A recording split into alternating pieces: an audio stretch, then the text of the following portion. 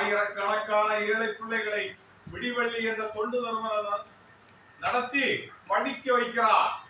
ஏதாவது ஒரு ஏழை அம்மா போய் சாமி சாப்பிட வழி இல்லை அப்படின்னு சொன்னால் வீட்டுல அந்த பங்கு தந்தையுடைய அறையிலே என்ன இருக்கிறதோ அவற்றை எல்லாம் எடுத்துக் கொடுப்பார். ஒரு அம்மா என் மறுமையால் வாடுகிறேன் என்றால் அங்கிக்குள்ள கையை விட்டு எவ்வளவு ரூபாய் வருகிறதோ அத்தனையும் கொடுப்பார். பாருங்க, அதான் இருக்காரு அவர்தான், அத்தனையும் கொடுப்பார். அடுத்து வயல எல்லாம் தேடி பார்த்து எடுத்து கொடுப்பார். ஒரு அம்மா போய் சாமி சமையல் செய்ய வழி இல்லை என்று சொன்னார். அவரிடம் கொடுக்க ரூபாய் இருக்காது, கொடுப்பதற்கு பொருள் இருப்பார். அவருக்கு சமையல் செய்வதற்குரிய அரிசி இருக்கும். அந்த தான் சாப்பிட வைத்திருக்கின்ற அரிசியை கூட தான் சாப்பிடாமல் அந்த ஏழை அம்மாவுக்கு கொடுக்கின்ற மிகப்பெரிய இரக்கமுடையவர் தான் இந்த மரிய சூசை அடிகளார். இவர் ஒரு எழுத்தாளர், நிறைய நூல்களை எழுதியிருக்காரு, பல நூல்களுக்கு ஆசிரியராக பணியாற்றி இருக்கிறார். அவர் ஒரு எழுத்தாளர் என்று இந்த நூலிலே அறிமுகப்படுத்தப்படுகிறார். அந்த மரிய சூசை அடிகளார் அவர்களை பாராட்டுகிறேன், வாழ்த்துகிறேன். முள்ளிவளை பங்கு தந்தையாக சீரிய பணியாற்றி கொண்டிருக்கிறார். தொல்காப்பியர் பிறந்த காப்புக்காடு, காப்பியங்குடி என்ற காப்புக்காட்டுல புனித அந்தோணியார் ஆலயத்துல இதுவரை எந்த பங்கு தந்தையும் பணியாற்றாத அளவு 6 ஆண்டுகள் பணியாற்றியார். அந்த பங்கு தந்தை அவர்களை இந்த நூல் இந்த இலக்கிய உலகிற்கு அறிமுகப்படுத்துகிறது. மரிய சூசை அடிகளாரை பாராட்டுகிறேன், காரணமான கிருஷ்ணகுமார் அவர்களை பாராட்டுகிறேன். அடுத்ததாக இங்கே ஒரு காவல்துறை டிஎஸ்பி துணை கண்காணிப்பாளர், டெல்லியில கண்காணிப்பாளராக இருந்தார். அப்பா அம்மா எழுதுவதெல்லாம் பார்க்க முடியாது இல்லையா. அடுத்ததாக தன்னுடைய அப்பா அம்மாவை பாதுகாப்பதற்காக பதவியை விட்டு விலகி மாவட்டத்திற்கு வந்தார். பெருந்துறை கொற்கை காணல் என்ற ஒரு நாவலை எழுதினார். அது தமிழக அரசால் ஏற்றுக்கொள்ளப்பட்டு தமிழகத்தில் உள்ள எல்லா நூலகங்களிலும் இடம்பெற்ற மிகச்சிறந்த எழுத்தாளராக திகழ்ந்து கொண்டிருக்கிறார். பெருந்துறை கொற்கை காணல் ஆராய்ச்சி நூல், ஒரு நாவல், முடிந்தால் படியுங்கள். அந்த எழுத்தாளரை கிருஷ்ணகுமார் அவர்கள் இங்கே அறிமுகப்படுத்தி இருக்கிறார்கள். தமிழாசிரியராய் இருந்து தலைமை ஆசிரியராக மாறிய கவிஞர் பார்த்திபபுரம் பாபு அவர்கள் ஒரு கவிதை நூலை எழுதினார். அந்த கவிதை நூலை எழுதி வெளியிட்டார். அவருக்கு மிகப்பெரிய பெயரையும் புகழையும் பெற்றது. அவர் எழுத்தாளர் என்று யாருக்கும் தெரியாது. அவர் எழுத்தாளராக இருந்த நேரத்துல, அவர் தமிழாசிரியராக இருந்த நேரத்துல பள்ளிக்கூடத்திலே மாணவர்களுக்கு அவரை பிடிக்கும், மாணவிகளுக்கு பிடிக்கும், ஆசிரியர்களுக்கு பிடிக்கும், ஆசிரியர்களுக்கும் பிடிக்கும், வரக்கூடிய பெற்றோர்களுக்கெல்லாம் பிடிக்கும். அப்படிப்பட்டவர் மிகச்சிறந்த நூல்களை படைத்திருக்கிறார். அவர் ஒரு எழுத்தாளராக கிருஷ்ணகுமார் அவர்களால் இந்த கன்னியாகுமரி மாவட்ட எழுத்தாளர்கள் அறிமுகம் என்ற நூலிலே அறிமுகப்படுத்தப்பட்டிருக்கிறார். இங்கே சுலோசனா என்பவர் வந்திருக்கிறார். அவர் ஒரு தமிழாசிரியர். அவங்க மிகச்சிறந்த ஒரு எழுத்தாளர். அந்த எழுத்தாளர் மிகச்சிறந்த பல நூல்களை படைத்திருக்கிறார். வெள்ளியாவளை அந்த பள்ளியிலே மிகவும் பெயரும் புகழும் பெற்றவர். மாவட்ட கல்வி அலுவலரால் மிகவும் பாராட்டப்பட்ட மிகச்சிறந்த ஆசிரியர் சுலோசனா அவர்கள் பல நூல்களை படைத்திருக்கிறார். அவர்களும் இந்த கன்னியாகுமரி மாவட்ட எழுத்தாளர் அறிமுகம் என்ற இந்த நூல்ல இடம் பெற்றிருக்கிறார்கள். இடம்பெற்று பெயரும் புகழும் பாராட்டிலையும் பெற்றிருக்கிறார்கள். இப்படி நிறைய எழுத்தாளர்கள் இருக்காங்க. ஏகப்பட்ட பெண் எழுத்தாளர்கள் இந்த மாவட்டத்திலே பெண் எழுத்தாளர் இருக்கிறார்கள் என்பது பலருக்கு தெரியாது. பலருக்கு தெரியாத அந்த பெண் எழுத்தாளர்களை எல்லாம் தேடி கண்டுபிடித்து கிருஷ்ணகுமார் அவர்கள் அவருடைய வீடுகளுக்கு சென்று அறிமுகப்படுத்தி இருக்கிறார். எனக்கு கூட பலரை தெரியாது. நான் 52 ஆண்டுகளாக இலக்கிய உலகில் இருக்கிற நேரத்திலே எனக்கு கூட தெரியாத ஏராளமான எழுத்தாளர்களை அவர் அறிமுகப்படுத்தி இருக்கிறார். ஆண் எழுத்தாளர்கள் ஒருவேளை ஆசிரியராக இருந்தால் வெளியே தெரியலாம், பேச்சாளராக இருந்தால் வெளியே தெரியலாம். ஆனால் வெளியே தெரியாதவர்களை எல்லாம் ஒரு நூல் எழுதினார் என்றால் கூட அவர்களை கண்டுபிடித்து இந்த நூலிலே அறிமுகப்படுத்தி இருக்கிறார். அரங்கசாமி என்பவர் தமிழா இடைநிலை ஆசிரியராக இருந்தார். தமிழாசிரியராக இருந்தார், தலைமை ஆசிரியராக இருந்தார், இந்த கம்யூனிஸ்ட் கட்சியிலே பொறுப்பாளராக இருக்கிறார். அவரை முதலாக இந்த நூலிலே அறிமுகப்படுத்தி குமர் மாவட்ட எழுத்தாளர்கள் தன்மையிலே கொண்டு வந்து மிகவும் பெருமைப்படுத்துகிறார். புரவர் அருளப்பன் இங்க வரல. அவர் ஒரு மிகச்சிறந்த எழுத்தாளர். Albert Xavier, Edwin Sajin, Gandhi, Girijakumar, Clement, Kumarichezhiyan. Kumarichezhiyan நம்முடைய கன்னியாகுமரி மாவட்டத்தை சேர்ந்தவர். இப்போது சென்னையிலே இருக்கிறார். ஒரு 35க்கு மேற்பட்ட நூல்களை எழுதியிருக்கிறார். சென்னையில் உள்ள ஏராளமான தமிழ் இலக்கிய அமைப்புகளிலே பொறுப்பாளர் இருக்கிற அவரை அறிமுகப்படுத்தி இருக்கிறார். குமரி தோழன் ஒரு மிகச்சிறந்த கவிஞர், மிகச்சிறந்த எழுத்தாளர். தமிழிலும் மலையாளத்திலும் எழுதக்கூடியவரை இங்கே அறிமுகப்படுத்தி இருக்கிறார். கோவி அவர்களை அறிமுகப்படுத்தி இருக்கிறார்கள். கவிஞர் சத்யநேசன் கூட்டேரி கண்காடியா மேல்நிலைப் பள்ளியிலே முதுகலை தமிழாசிரியராக பணியாற்றிய சத்யநேசன் அவர்களை இங்கே அறிமுகப்படுத்தி இருக்கிறார். சேவியர் சுரேஷ் பாபு, சுந்தர்லிங்கம் ஒரு மிகச்சிறந்த எழுத்தாளர். வழுவூர் செல்லத்துறை மாணவராக படிக்கின்ற நேரத்திலே நூல்களை படைத்தவர். கவிஞர் பிறவியான் குமரி முத்தமிழ் மன்றத்தினுடைய துணை செயலர். ஒரு பேருந்து நடத்துவர். நான் தான் அவரை இலக்கிய உலகத்துக்கு அறிமுகப்படுத்தினேன். அவரை கூட எழுத்தாளராக இங்கே அறிமுகப்படுத்தி இருக்கிறார். நாகராஜ பிள்ளை, பகவதி விஸ்வகர்மா, பாப்பாத்துறை, பாலகிருஷ்ணன், மணிகண்டன் நம்பி, பிறகு முள்ளஞ்சேரி வேலையர், அறிவியல் பேரவைகளுடைய தலைவர். சுமார் 40 நூல்களை படைத்தவர் அவர்கள் இருக்கிறார். தினமணி பத்திரிகையினுடைய நிருபராக பணியாற்றி கொண்டிருக்கிறார்.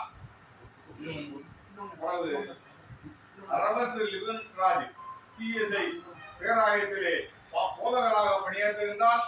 லஜவந்திராஜ், மரிய அந்தோணி, ஆலங்கூடு மணி, மைதன் அப்துல் காதர், கலையூர் காதர். கலையூர் காதர் என்பவர் ஒரு காவல்துறை அதிகாரி, ஒரு மிகச்சிறந்த நாடக நடிகர், திரைப்பட நடிகர், மிகச்சிறந்த கவிஞர், எழுத்தாளர், பேச்சாளர், நிறைய புத்தகங்களை படைத்திருக்கிறார். அவரை அறிமுகப்படுத்துகிறார். முல்லை செல்லத்துறை, அதாவது அவருடைய பெயர் செல்லத்துறை. அவருக்கு முல்லை என்ற அடைமொழியை நான் தான் வழங்கினேன். அவர் எஸ்எல்வி பள்ளியிலே தமிழாசிரியராக பணியாற்றினார். அவர் பல புத்தகங்களை போட்டார். அவரை அறிமுகப்படுத்தி இருக்கிறார். யுவபிரகாஷ், அவர் சகலகலா வல்லவன் என்று சொல்வார். அவர் ஒரு ஆங்கில ஆசிரியர், பிறகு தலைமை ஆசிரியர், இந்தியன் எக்ஸ்பிரஸ் பத்திரிகையிலே ஆசிரியராக பணியாற்றினார். சுற்றுப்புற சூழலிலே ஆர்வமுடையவர். நிறைய புத்தகங்கள் போட்டிருக்கிறார். அவரும் அறிமுகப்படுகிறார்கள். ஜோசப் எட்வின், அவர் மாடத்தேவரை பகுதியை சேர்ந்தவர். இல்லை, அவர் ஒரு எழுத்தாளர், ஒரு வேதியர், ஒரு கத்தோலிக்க திருச்சபை வேதியர், எழுத்தாளராக புத்தகங்கள் எழுதியிருக்கிறார். அவர் இங்கே அறிமுகப்படுத்தப்பட்டிருக்கிறார். ஹரிஹரன் அறிமுகப்படுத்தப்படுகிறார். அருள்முனைவர் பொய்சிலின் சேவியர் அடிகளார் 44 நூலகங்களை அமைத்திருக்கிறார். 1500 மணி நேரம் கவிதை அரங்கிலே கலந்து கொண்டு உலக அளவிலே ஆரஞ்சு ரிக்கார்டு பெற்றவர். ஏகப்பட்ட இலக்கிய அமைப்புகளிலே இருக்கிறார். 30க்கும் மேற்பட்ட எழுத்தாளர்களை உருவாக்கி ஏராளமான புத்தகங்களை கொண்ட மிகச்சிறந்த எழுத்தாளர் பொய்சிலின் சேவியர் அடிகளார். அறிவர் செல்வ கதீஸ்வரன் என்ற தினேஷ் அவர்கள் மிகச்சிறந்த பேச்சாளர், மிகச்சிறந்த எழுத்தாளர். மிகச்சிறந்த ராபர்ட் குமார், அவர் ஒரு டாக்டர், ஒரு ஆங்கில கல்வி நிலையத்தினுடைய முதல்வராக பணியாற்றுகிறார்.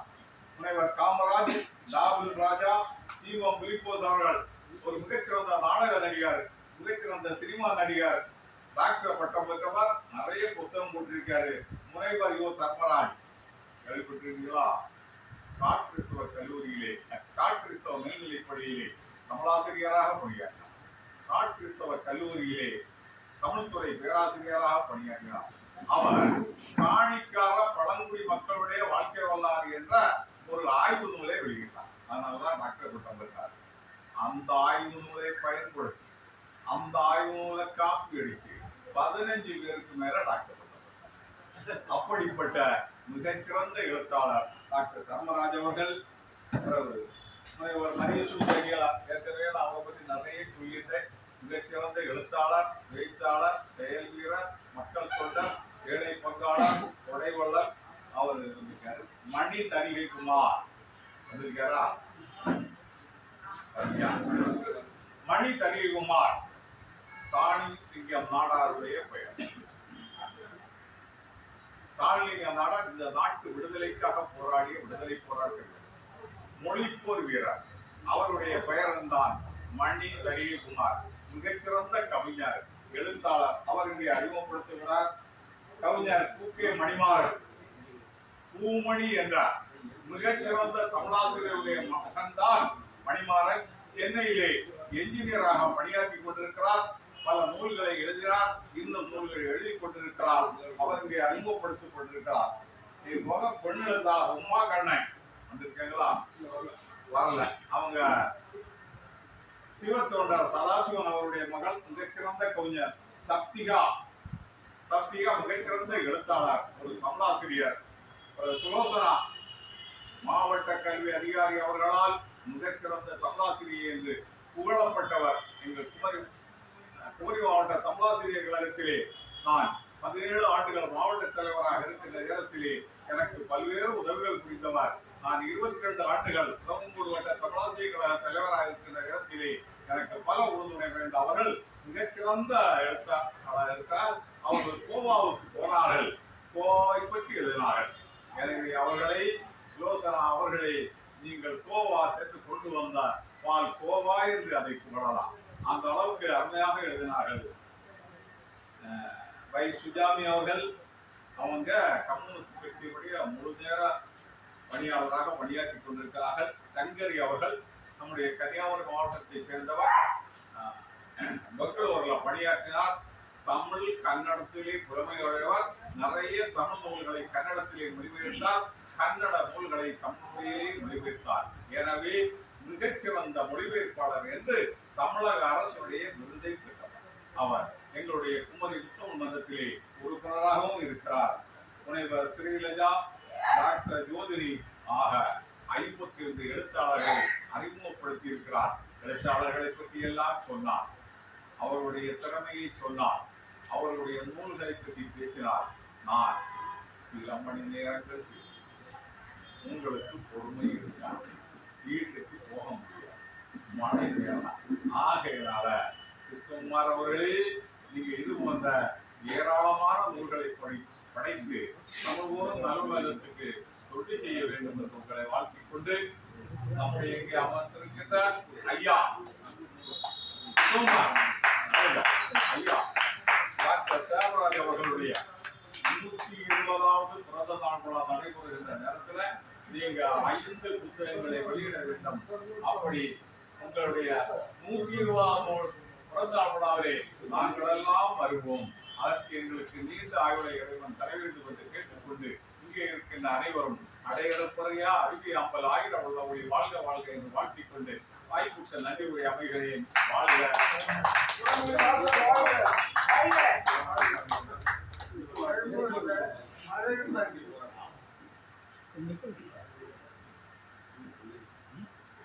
அடுத்ததாக எனது வாழ்க்கை போராட்டம் குறித்து வாய்முறை தமிழாசிரியர் கவிஞர் பார்த்திபுரம் பாபு அவர்களை அனுப்புகிறார்கள். ஒரு காப்பி வந்தாரு சார்.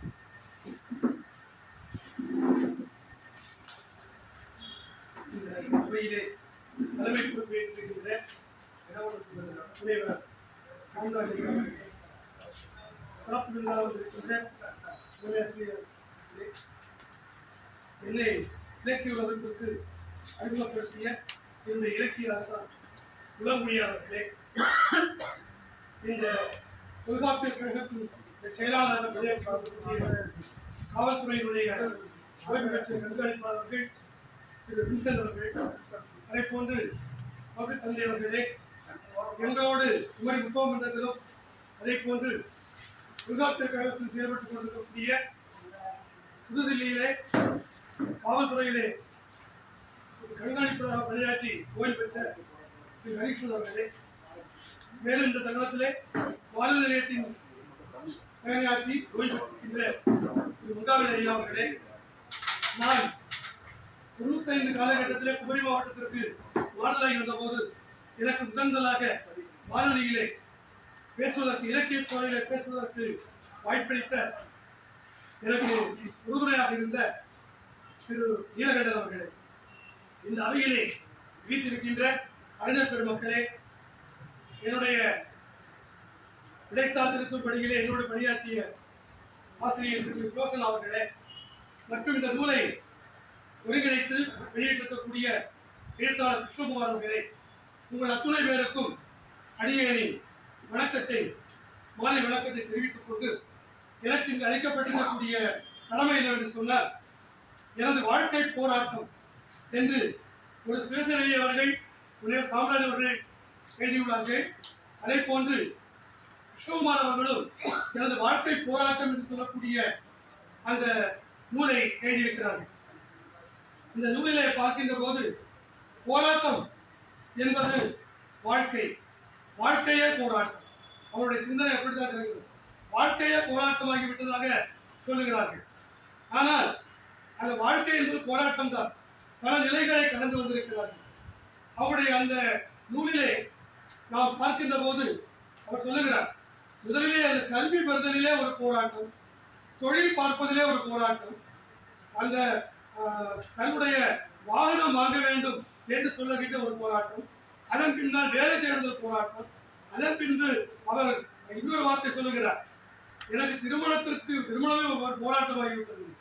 ஆனால் அப்படி அல்ல, திருமணம் சிலருக்கு பூந்தோட்டமாக இருக்கிறார், சிலருக்கு போராட்டமாக இருக்கிறார். ஆனால் முடிவில் இப்பொழுது உங்களுக்கு அது பூந்தோட்டமாக இருக்கிறது. எனவே பார்க்கின்ற போது இதை மொத்தம் நீங்கள் பார்த்தால் 184 பக்கங்கள் நூலில் இடம்பெற்றிருக்கிறது. இந்த முதல் அட்டை படத்தில் அவருடைய கனவுதான். ஏனென்றால் அவர் சொல்லியிருக்கிறார், எனக்கு ஒரு அம்பாசடர் கார் வாங்க வேண்டும் என்ற கனவு இருந்தது. அந்த கனவைத்தான் முதலில் வெளியிடுவார். இந்த கனவை அட்டைப்படமாக்கி இருக்கிறார். அதே போன்று இந்த பின்பகுதியை பார்த்தால் அவருடைய மன வாழ்க்கை ஆரம்பிக்கிறது. அதை தொடர்ந்து இப்பொழுது அவர் இருக்கக்கூடியது இல்லையா? ஒரு போராட்டம் என்று சொன்னாலும் அது ஒரு வெற்றியை தவிர போராடாமல் யாரும் ஜெயிக்க போவதில்லை. எல்லோருக்கும் போராட்டம் தான். ஆனால் அவர் இளம் வயதிலேயே அந்த போராட்டத்தை சொல்லுகிறார். கல்வியை முடிக்க முடியாததில்லை இல்லையா? அவருடைய பூர்வீகத்தை பற்றி சொல்லுகிறார். பூர்வீகம் என்று சொல்லக்கூடியது அவருக்கு திருச்செந்தூர் பக்கம் இவருடைய முன்ன மூதாதையர் வாழ்ந்த இடம். அதுக்கு பிறகுதான் தெங்கம்புதூர் பகுதியில் வரார். 36 இந்த பஸ் போகக்கூடிய இதில் தான் அவருடைய இடம் இருக்கிறது. அதை சொல்றார். அப்படி சொல்லும்போது தொடக்க கல்வியை கூட அவர் மிகவும் சிரமப்பட்டு தான் படித்திருக்கிறார். அப்பொழுதே அவருக்குள்ள ஆர்வம் இருக்கிறது என்றால், எப்படியாவது நான் ஒரு வாகனம் வாங்க வேண்டும் என்ற ஆர்வம் எல்லாத்துக்கும் முயற்சி பண்ணியிருக்கிறார். மிதிவண்டியை கூட அவர் ரொம்ப அதிசயமா தான் பார்த்திருக்கிறார். அதுக்கப்புறம் அவங்க அப்பாவுடைய மிதிவண்டியை மிதித்து பார்த்திருக்கிறார். அதன் பிறகு அவர் வந்து அந்த அந்த போராட்டத்தில் 10வது வகுப்போடு அவருடைய பள்ளி படிப்பு முடியக்கூடிய சூழல் இருக்கிறது. தொடர்ந்து எப்படி படிப்பது, எங்கு செல்வது என்ற வேதனையிலே அவர் இருக்கிறார். இருந்து கடைசியிலே நாகர்கோயிலில் இருக்கக்கூடிய ஒரு இன்ஸ்டிடியூட், அதாவது தொழிற்பயிற்சி நிறுவனத்தில் சேர்ந்து அவருடைய தொழிற்பயிற்சியை முடிக்கிறார். முடித்த பிறகும் அவருடைய ஆர்வம் அடங்கவில்லை. எப்படியாவது நாம் மேற்படிப்பு படிக்க வேண்டும் என்று சொல்லக்கூடிய ஒரு ஆர்வத்தில் இருக்கிறார். அதற்காக பல முயற்சிகள் செய்கிறார். இதற்கிடையே அவர் மோட்டார் சைக்கிள் பழுது பார்க்கக்கூடிய இடம், கார் பழுது பார்க்கக்கூடிய இடம், இந்த இடத்துல எல்லாம் வேலை பார்க்கிறார். வேலை பார்த்து அதில் கிடைக்கக்கூடிய அந்த வருமானத்தை வாழ்கிறார். ஆனால் அவருடைய அதுதான் அவரு முதலில் முகவுரையிலே சொல்றாரு, ஒவ்வொரு பூக்களுமே சொல்கிறதே. அந்த பாட்டை அவர் கோட் பண்ணி காட்டுகிறார். விஜயனுடைய பாடல் ஆட்டோகிராஃப் என்று சொல்லக்கூடிய திரைப்படத்தில் பாடலை அவர் முன்னுதாரணமா எடுத்திருக்கார். அப்படி எடுத்து அவர் சொல்லுது. அப்போ போராட்டம் வேண்டும், போராட்டம் என்று உணர்வு. இந்த புத்தகத்தில் நீங்க பார்த்தீங்கன்னு சொன்னா இது 2025 வெளியிடப்படும். இன்னொன்று சிறப்பு என்னன்னா, இந்த புத்தகத்தினுடைய முதல் பக்கத்திலே என்னோட பெற்றோருக்கு பார்க்கணும். இதுதான் முக்கியம். இந்த காலகட்டத்தில் வீட்டிற்கு அன்னையிடம் என்று பெயர் வைத்து விட்டு பெற்றோர் இருப்பது முதியோர்கள். ஆனா இங்க அப்படி இல்லை. அவங்களுடைய பெற்றோரை நினைத்து இந்த நூலை அவர் சமர்ப்பணம் செய்திருக்கிறார். நூலுக்கு அவர் தலைப்பு கொடுத்திருக்கார். என்ன கொடுத்திருக்கார்? எனது வாழ்க்கை போராட்டம் என்று கொடுத்திருக்கார். அதாவது ஸ்ட்ரகிள் ஆஃப் மை லைஃப். என்னுடைய வாழ்க்கையில நான் அனுபவிக்கும் போராட்டம் என்று கொடுத்திருக்கிறார். இது எப்படி என்று சொன்னால் 12 தலைப்புகளிலே அவர் வைத்திருக்கிறார். பூர்வீகம், தோற்றம், கல்வி, பணி, திருமண வாழ்க்கை, பணி மாற்றம், எனது வாகனம், தென்னை விவசாயி, எழுத்து பணி, நானும் சூப்பர் ஸ்டார் ரஜினிகாந்த், சமூக பணி, இன்னொரு முக்கியமான ஒரு கட்டளை, நாகர்கோவில் முதல் சென்னை. இது மிக சிறப்பா இருக்கு. எப்படின்னா இங்க இருந்து சென்னைக்கு அவரு பைக்ல போறாரு. பைக்ல போகும்போது போகக்கூடிய பாதையில அவர் கிட்ட அனுபவம் பழக்கமில்லாத இடம். அது இன்னொரு ஹைலைட் என்னன்னா, அங்க போயிட்டு வீட்டுக்கு கூப்பிட முடியாது. ஏன் கூப்பிட முடியாதுன்னா வீட்டுல மனைவிட்டு சொல்லாம அதே இருக்காது இல்லையா? அப்ப அங்க தேர் கொஞ்சம் ஆனது, அங்க உதவி கொடுத்து அங்கிருந்து ஒரு இடத்துல வண்டி நிப்பாட்டிட்டு பஸ்ஸை பிடிச்சு இன்னொரு ஊருக்கு கூட்டிட்டு வந்து இப்படி நிறைய இருக்கு. அது மாதிரி அவர் வந்து நாடக நடிகர், குயினி என்று சொல்லக்கூடிய திரைப்படத்துல நடிச்சிருக்காரு இல்லையா? அப்படி அவரு அந்த ஒரு சிறந்த நடிகர், சிறந்த எழுத்தாளர், சிறந்த ஒரு திரைப்படத்திலையும் கூட அவர் இடம் பெற்றிருக்கிறார். இன்னொன்று அவர் மாதிரி இந்த நூட்கள் அவர் பார்க்கிறார். அப்புறம் வயது 26 ஆகிவிட்டது. இது என்ன செய்வது? அப்போ இளங்கலை பட்டம், முதுகலை பட்டம் பெற வேண்டும் என்று ஆலோசனை இருக்கிறார். இருந்து அவர் என்ன ஒவ்வொரு பத்திரிகைகளமா தேடி அடைகிறார். எப்படியாவது எனக்கு வந்து ஒரு வாய்ப்பு கிடைக்காதான். கடைசியில் அவருக்கு வாய்ப்பு இறைவன் வந்து முதல்ல சோதனையை கொடுத்தாலும் அப்புறம் நல்லதான் கொடுப்பார். அது கண்டிப்பா நடக்கும். அவருக்கு முயற்சி வீண் போகல, முயற்சி திருவையா. அதனால அவரு பட்டுப்படிப்பு சேர்றாரு, முதுகலை பட்டத்தை முடிக்கிறாரு. அவர் முதுகலை பட்டம் முடிச்ச பிறகு எம்பில் பண்ணலாம்னு ஐடியா இருக்கு. ஆனா முதுகலை பட்டத்துல அவருக்கு மதிப்பெண் வந்து 55% மதிப்பெண் இல்லை. அதனால படிக்க முடியல. அது அந்த மாதிரி அவர் அதுலயும் கொஞ்சம் கஷ்டப்படுறாரு. இருந்தாலும் அவர் எதை தேர்ந்தெடுக்கலாம்? நமக்கு இல்ல இந்த தொழில், அதாவது வண்டி பழுது பார்க்கறது அப்படி போகலாமா, இல்லை எழுத்தா தீர்மானம் எடுக்கிறார்.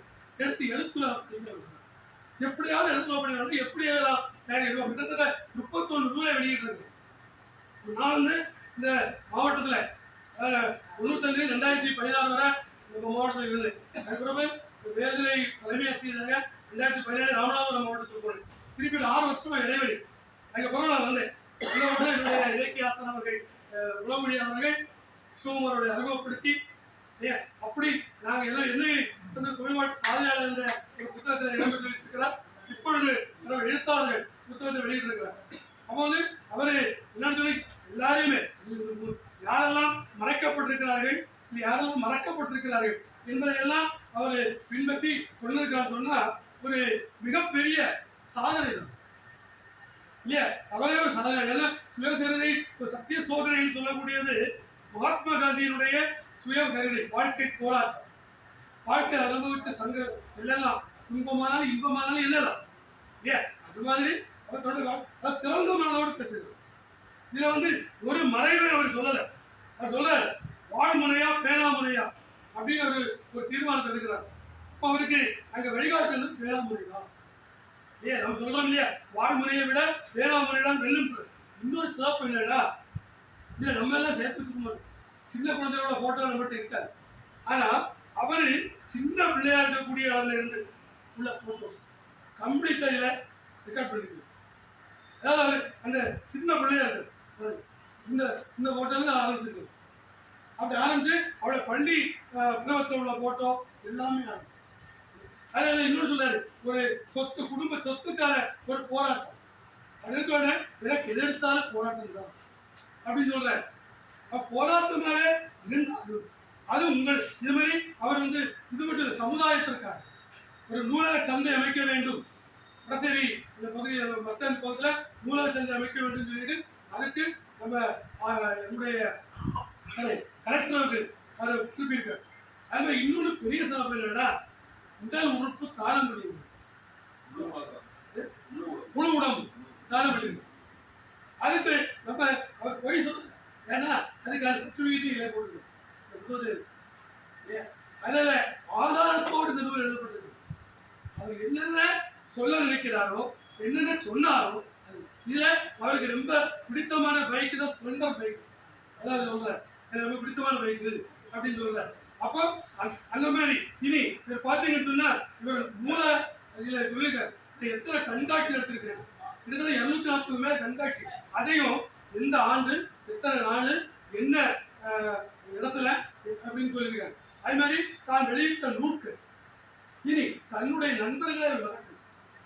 ஏன்னா என்னுடைய வாழ்க்கையில் எனக்கு நண்பர்களாக இருந்து உதவியவர்களா என்னை மேற்கு மாவட்டத்திலே நான் அறிமுகமாக இருந்த போது எனக்கு குமரி முத்துவனத்தினுடைய தலைவர் அவர்கள் அறிமுகப்படுத்தினார்கள் என்று சொல்லக்கூடிய அந்த நன்றி உணா செய்நன்றி எண்ணன்றி கொண்டாருக்கும் உய்வுண்டாம் உய்விலே செய்நன்றி கொண்டவராம். அது மாதிரி அந்த நன்றியர்களோடு இவர் இதை செய்திருக்கிறார். அது மட்டுமல்ல அவருடைய குழந்தை வந்து பிரசவமா பிறந்தது. அந்த குழந்தையை வந்து காப்பாற்றுறதுக்கு நாங்கள் இன்னைக்கு அந்த குழந்தையோட நாங்கள் மகிழ்ச்சியா இருக்கிறோம் அப்படின்னு சொல்லக்கூடியன்னு சொல்றாரு. பாத்தீங்கன்னா அவருடைய ஒவ்வொரு நூல் விவரத்தை என்ன நூல் வெளியிட்டிருக்கிறோம், அந்த நூலுக்கு என்னென்ன சொல்லியிருக்கிறோம் அப்படின்றதையும் இவர் சொல்லியிருக்காரு. அது மாதிரி அந்த இதுல நிறைய சந்தித்த அரசியல் தலைவர்களுடைய புகைப்படத்தையும் அவர் வெளியிட்டிருக்கிறார். அவர் சுற்றுலா சென்ற இடங்கள், நண்பர்களோடு நாடகம் பார்க்க சென்றது, சினிமா அது மாதிரி இன்னொன்று சொல்லியிருக்கார். கேரளத்தினுடைய சூப்பர் ஸ்டார் மம்முட்டியை பற்றியும் தமிழகத்தினுடைய சூப்பர் ஸ்டார் ரஜினிகாந்தை பற்றியும் அவர் ரசிகர் சொல்றார். அவர் இப்படி பல கோணங்கள்ல அவர் தன்னுடைய திறனை பெற்றிருக்கிறார். அவர் வந்து அதாவது எழுதிய ஒவ்வொரு நிலையும் அவர் சொல்லியிருக்கார். இப்போ இன்னொன்று என்னன்னா இவருடைய மனைவி பேரும் லதா தான். ரஜினிகாந்த் மனைவி பேர் லதா இருக்கு. அது கரெக்டா அவர் அப்போ அவர் ரசிகராக தப்பு கிடையாது. அப்படி அவர் பார்த்துருக்கார். இப்படி இவரோட இந்த புத்தகத்தை படிக்க படிக்க பெரிய பெரிய செய்திகள். நான் என்ன சொல்றேன்னா ஒளிவு மறைவு கிடையாது. உள்ளதே உள்ள இயல்பு நிகழ்ச்சி உள்ளதே உள்ளவா இது படிப்பதற்கு நாங்களும் மேலும் நாமும் நம்முடைய சுயசரிதை எழுதலாமா? நம்ம சில பேர் எழுதும்போது நினைக்கணும்னா சில விஷயங்களை மறைச்சிடுவோம், உண்மையில மறைச்சிடுவோம். ஆனா இவர் அப்படி மறைக்கவே இல்லை. அதாவது ஒரு வெள்ளை அறிக்கைன்னு சொல்லணும் இந்த புத்தகத்தை. இப்போ வெள்ளை அறிக்கையை வெளியிட மாட்டாங்க, பெரிய வெளியாக வெளியிட மாட்டாங்க, வெள்ளை அறிக்கை வெளியிட மாட்டிக்கோங்க. ஆனா இவர் அப்படி வெள்ளை அறிக்கை. ஏன்னா மனது சுத்தமாக இருந்தால் மந்திரம் மோத வேண்டாம். அதனால அவர் கிளியரா அதை சொல்லியிருக்காரு. இல்ல இந்த புத்தகத்தை படித்ததில் வெறும் மகிழ்ச்சி. எனக்கு புத்தகம் 10 மணி தந்தார். நான் வந்து இந்த விழாவுக்காக கிருஷ்ணகுமாருக்காக கேரள மந்திரத்தில் இருந்தேன். விழாவுக்காக நான் வந்தேன். ஏன்னா இந்த புத்தகத்தை படித்தது எனக்கு மிகுந்த ஆர்வம். கண்டிப்பாக இது வந்து எல்லோராலும் படிக்கப்பட வேண்டிய புத்தகம். ஒத்துக்கொள்ளக்கூடிய மனப்பான்மை. விருதுகள் பெற்றிருக்கிறார். விருதுகள் பெற்றவர் மட்டுமில்லை, முத்தமிழ் விருது வாங்கியிருக்காரு. செந்தமிழ் அறநெறி பேரவை எல்லாம் விருதுகளை அந்த விருதுகளை இனி முதலாக நான் விருது பெற்ற போது எழுதிய கவிதை, அதை வாசித்த கவிதை அதை வெளியிட்டிருக்கிறார். இல்ல அதாவது வாகனி வேந்தர் விருது பெற்ற போது அவர் எழுதிய கவிதை இதே வெளியிட்டிருக்கிறார். புத்தகத்தை வந்து நான் இன்னும் ஆண்டு படிக்க வேண்டும். நான் ஓரளவுக்கு படித்ததுல எனக்கு தென்பட்ட கருத்துக்களை நான் இங்கு சொன்னேன். இதுல வேற மறுப்பு கருத்துக்கள் வருவதற்கு வாய்ப்பில்லை. நான் வந்து உள்ளதை உள்ளவாறு சொல்லியிருக்கிறேன். இவர் சாதனையாளர்கள் 9 பாகம் வெளியிட்டிருக்காங்க. அதுக்கு பிறகு இப்போ பெண் எழுத்தாளர்கள் மாவட்ட எழுத்தாளர் பாகம் 2 வந்தாச்சு. 2வது பாகத்தில் என்ன பற்றி எழுதியிருக்காரு. அப்போ அங்கே வருவார். மேற்கு மாவட்டத்தில் வந்து கண்டிப்பா லாசர் சாரையும் பார்த்து தான் போவார். அவர் வருவார். இல்லை ஒருவேளை பெரிய மழையில கூட நிறைந்தவாறு இலக்கிய பணிக்காக இவர் வந்து கண்டிப்பாக உழைக்கக்கூடியவர். ஆகவே இவருடைய இலக்கிய பணி தொடர வேண்டும். இவர் இந்த அரங்கத்தில் நான் பேசுவது 3வது. அப்ப இந்த அரங்கத்தில் இவர் இந்த விழா நடத்துறது நான் பெருமையாக இருக்கேன். வந்தபோது பார்த்தோம், இயற்கை நம்மை கொஞ்சம் சங்கடப்படுத்தும் நினைச்சோம். அது வினாப்படுத்தல. அதுக்குள்ள முன்னேற்பாடு வரிமுறை காவலர்களுக்கு எரிமுறை வைத்தூர் போல அதனால முன்னே வந்துட்டோம் இல்லையா. இதனால இயற்கையை பார்த்துருக்கோம். இயற்கையை வெட்டி தலைகுனிந்து போயிடுச்சு, நாடி தலைகுனிந்து போயிடுச்சு. இப்ப இவரோட உயரத்தை சொல்லும் என்னது, இமயமே உன் உயரத்தின் மேல் ஏணி கேட்டு நாடி போய். அப்படி உங்களுடைய வாழ்க்கை இன்னும் சிறப்படைய வேண்டும். உங்களுடைய இல்வாழ்க்கையில் சிறப்படைந்து இருக்கிறது, இன்னும் மேலும் சிறப்படைய வேண்டும். எழுத்தாளர்களை நீங்கள் கண்டுபிடித்து தாருங்கள், சாதனைகளை அறிவித்து தாருங்கள். நாங்கள் எல்லாம் படிக்கின்றோம், உங்களுடைய ரசிகர்களாக இருக்கின்றோம். ஆகவே கிருஷ்ணகுமார், கண்ணன் குமரன் இளம் கண்ணன். ஆகவே அவர் வாழ்க வளர்க, அவருடைய புகழ் எங்கும் பெய்க. தலைவர் காமராஜர் அவர்களை நான் இந்த நூற்றாண்டு வாழ வேண்டும். உங்களுடைய அந்த கரங்களை நான் ஒடுகின்ற போது எனக்கு வெயில்லாம் சுழிக்கிறது. இந்த வயது வரை நாங்கள் இருப்போம் ஒரு சந்தேகம். ஆனால் நீங்கள் இவ்வளவு நாட்கள் ஆரோக்கியத்தோடு இன்னும் பல நாட்கள் நீங்கள் இருக்க வேண்டும். என்னை அறிமுகப்படுத்திய ஐயா ராசன் அவர்களுக்கும் என்னுடைய வருகை தந்திருக்கின்ற தொழிலாளர்கள் செயலாளர் வின்சன் அவர்களுக்கும் அதே போன்று ஹரிகிருஷ்ணன் அவர்களுக்கும் என்னை வானொலியிலே அறிமுகப்படுத்தி என்னை இத்தனை நேரம் இப்ப நாம் திரும்பவும் வானொலியில் பேசிக் கொண்டிருக்கிறேன். இலக்கிய துறையில் பேசிக் கொண்டிருக்கிறேன். ஐயா அவர்களும் பேசுவார்கள். ஆகவே நீலகண்டன் அவர்களுக்கும் மங்காவளை அவர்களுக்கும் கூட்டத்தில் அமர்ந்திருக்கின்ற அத்துணை பேரும் நான் இரு கையாலே வணக்கத்தை தெரிவித்தேன். பாட்டுக்கு பாரதி, எழுத்துக்கு இளங்கோ, பாட்டுக்கு தமிழ்சீக்கம், எழுத்துக்கு கிருஷ்ணகுமார் என்ற நிலை அடைய வேண்டும் என்று சொல்லி வாழ்வுக்கு நன்றி கூறி விடைபெறுகிறேன். நன்றி.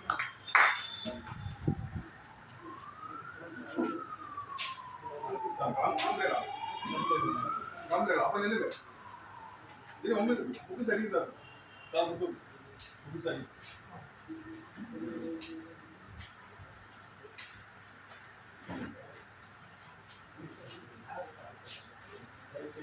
சார் வெயிட் பண்ணுங்க சார்.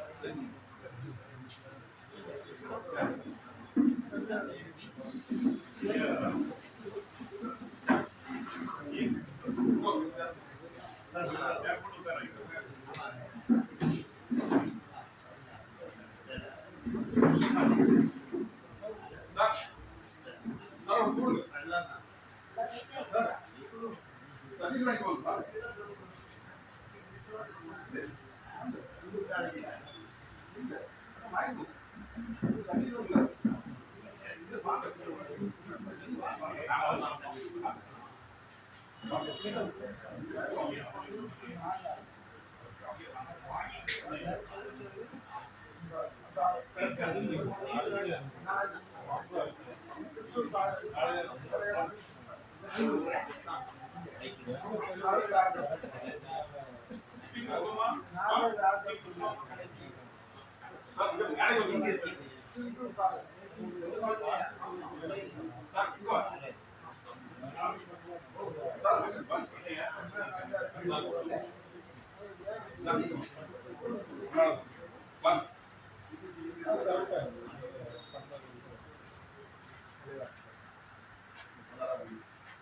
எழுத்தாளர் நாகராஜன் பிள்ளை அவங்களுக்கு புத்தகமும் சான்றிதழ்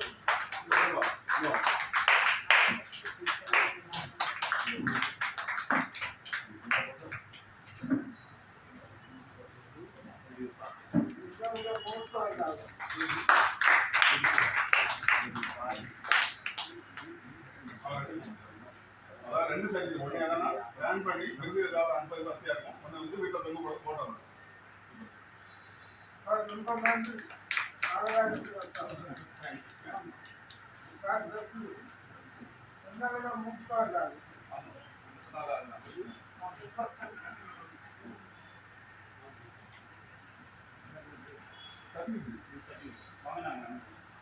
எழுத்தாளர் போராட்டம்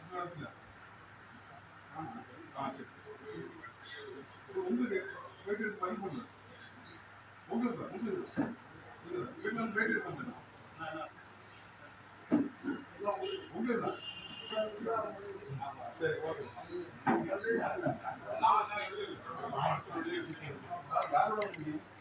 யார் கொடுங்க ஆறுண்டா. Okay thanks sir. Okay thanks. சரி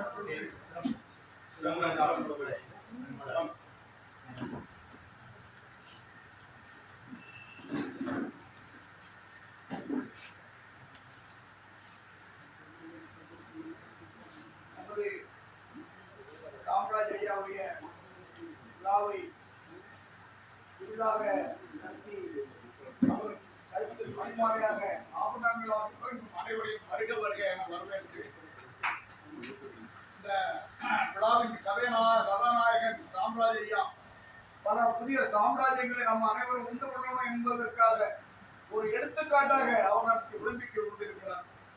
இப்பொழுது என்னை படித்தது என்னவென்றால் மண்டைக்காட்டம்மன் புக்கை வெளியிட்டிருக்காங்க.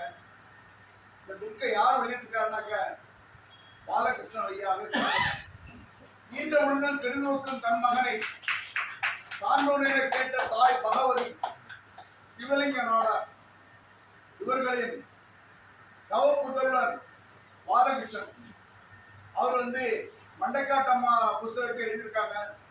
நாளைக்கு மண்டைக்காட்டுல கொடியேறு எவ்வளவு பொருத்தமா அமைஞ்சிருக்கு பாருங்க. இதனால் இவன் முடிக்கும் என்று ஆய்ந்து அதனை அவன் விட என்ற சொல்லின் செல்வனாக அவருக்கு இன்னைக்கு இந்த மேடையில திகழ்ந்துட்டு இருக்கிறார். மண்டைக்காட்டு அம்மா நம்ம நினைக்கிற மாதிரி கிடையாது. அது உண்டு பண்ணப்பட்ட அம்மா கிடையாது. தானாக வளர்ந்து குற்றுமண் வளர்ந்து இவ்வளவு உயரத்துக்கு அந்த அம்மாவுக்கு அவரு பேர்ல 40 நாடகங்கள் நடிச்சிருக்காரு. அம்மா பேர்ல நிறைய எழுதியிருக்காரு. இந்திரனை போல நடிச்சிருக்காரு. இப்படி 40 நாடகங்கள் நடிச்சிருக்காரு. மண்டைக்காடு அம்மாவை பத்தி சொல்லிட்டு போறேன் எப்போதும் பேசிட்டே இருக்கான். எல்லாரும் எப்படா வீட்டுக்கு கிளம்புறா இருக்கக்கூடிய நேரத்துல பொழுது எனக்கு விரும்பவில்லை. ஒரே ஒரு என்னுடைய வாழ்க்கையோட அனுபவத்தை சொல்லி நிறைவு செய்யலாம்னு இருக்கிறேன். நான் டெய்லி என்னுடைய ரொட்டீன் பிரேயர் அவ்வளவு பண்ணுவேன். சாதாரண பண்ணக்கூடிய பிரேயர் பிரார்த்தனை அவ்வளவு பண்ணி முடிச்சு கடைசியாக நான் பண்ணக்கூடியது அம்மா மண்டைக்காட்டு அம்மா தாயே உன் மணியில் தலையெழுத்து தூங்குகிறேன் என்பேன். படுத்ததுதான் மிக நல்ல சவுண்ட் சொல்லி வைக்க வைக்கும். நன்றி, வணக்கம்.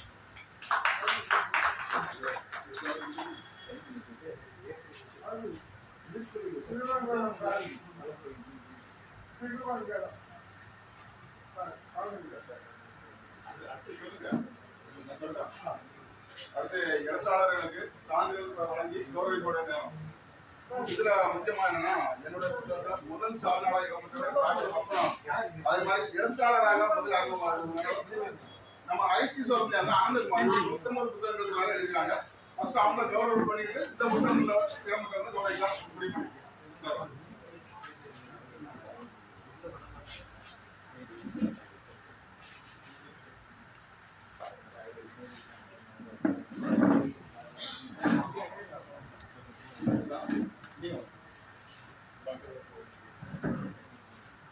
சார்தான் என்னுடைய புத்தகத்தை அறிமுகப்படுத்த முதல் எழுத்தாளர் அனந்த்குமார்.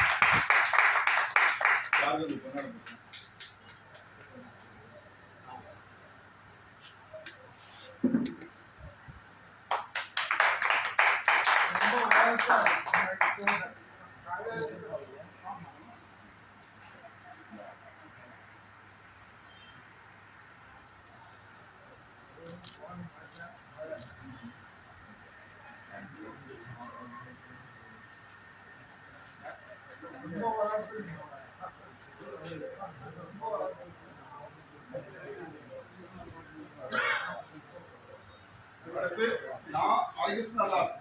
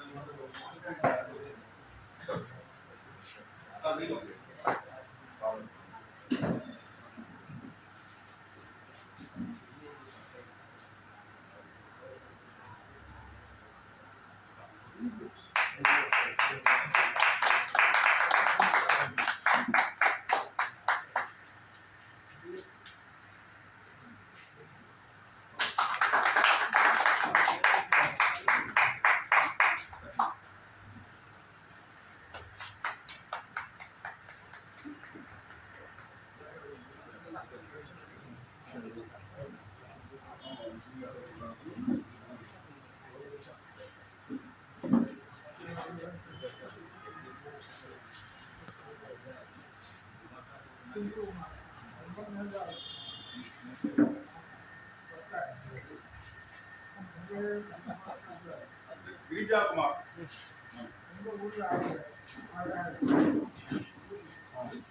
வந்து நில்லுங்க. இதுல வந்து நில்லுங்க. அப்படியா?